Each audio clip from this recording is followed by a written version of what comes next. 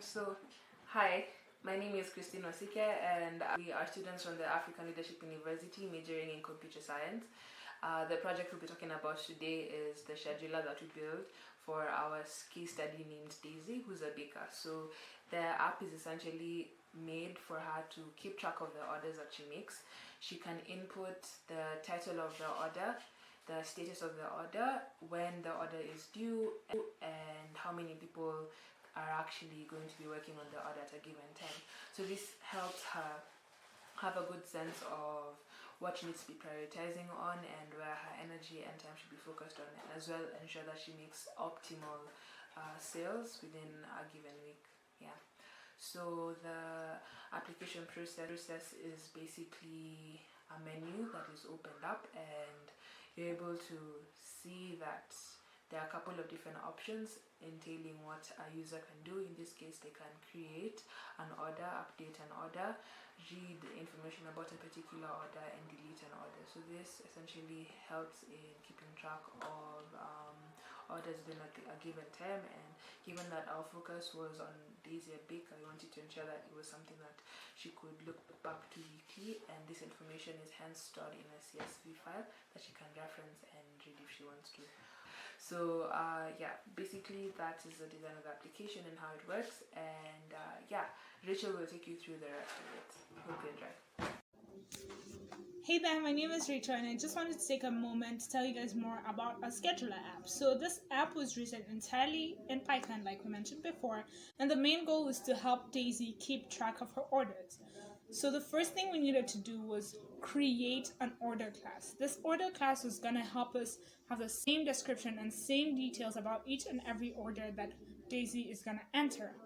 In addition to this, she's gonna perform a few operations on these already entered orders. So we needed to think about a way to store orders that was gonna be helpful and easy for Daisy to access, to view, and to delete and clear.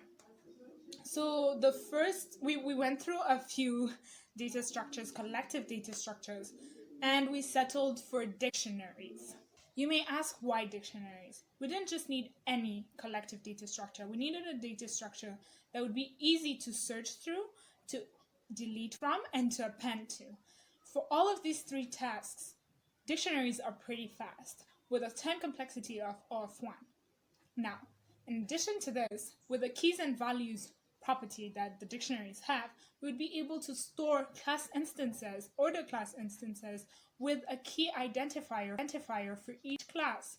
This was gonna be helpful for us to view and search through, just as we coded through the application, but also to call from whenever Daisy needed a specific order.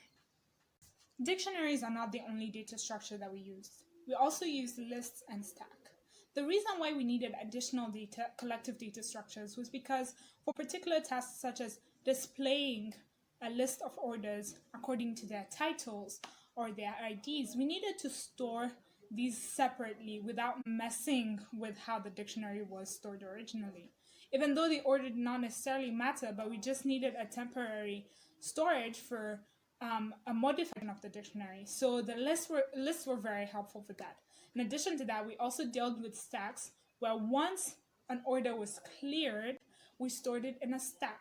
Now, since we already know that the stack is very easy when accessing the very last entry or the very last value that was put into the stack, we wanted to access most of the time the very last order that Daisy had cleared. That's why we chose stacks.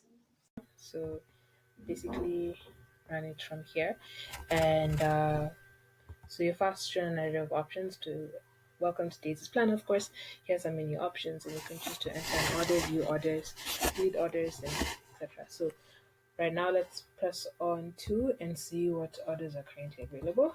And the next step is that you shown, do you want to view the orders by ID, by title, or priority? So the same way, you press the corresponding numbers. So if I want to view them by title, bring them alphabetically from you. So press 2. And here we see that there are a couple of products already existing and they have been ordered by ID in this section. So the next step says, would you like to view details of a specific order? And I could say yes. and the next, kindly type in the order ID with the order here. So I'd like to view details about the strawberry pie. So that's ID number 4. So just press on 4 like that, and I get to see more information about it. So I see when this order was due, and when somebody made the order, the priority code of that particular order, and manipulated signed to, and how much it goes for. So this is basically details on how the details on specific orders. Yeah, I can now, let's try and add in an order, right? So that's one. Let's just increase this, and yeah. So enter the title of the order. It could be chocolate chunk. I like cookies. Yeah. And when is it due? It's in the month of May, so we could say uh let's have it like on Friday. Yeah, it's 22nd, so that's gonna be 5 for Friday.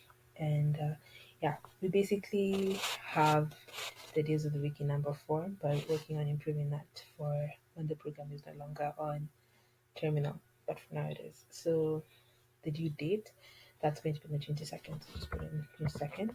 And how many people will be assigned to this order? I guess just one person can handle it. So one. And what's the priority of this order? So it's due on Friday.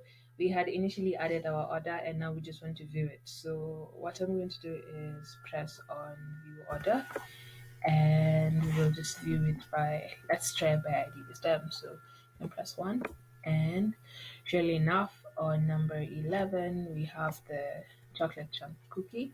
Yeah, and previously added number 12 just to, yes, add more orders. Yeah, but basically that's essentially the entire application. And if you wouldn't like to view the details of a specific order as requested, you just press no, enter, and any other task gonna perform, no, I'm done, and the application closes and exits. So that's the end of the demo. Yeah. So this has been a short film basically explaining what the project is, and yeah, I hope you enjoyed it. And as people say here on YouTube, do not forget to share, subscribe, and comment. And yeah, just leave your thoughts down below, and thank you for watching. And yeah.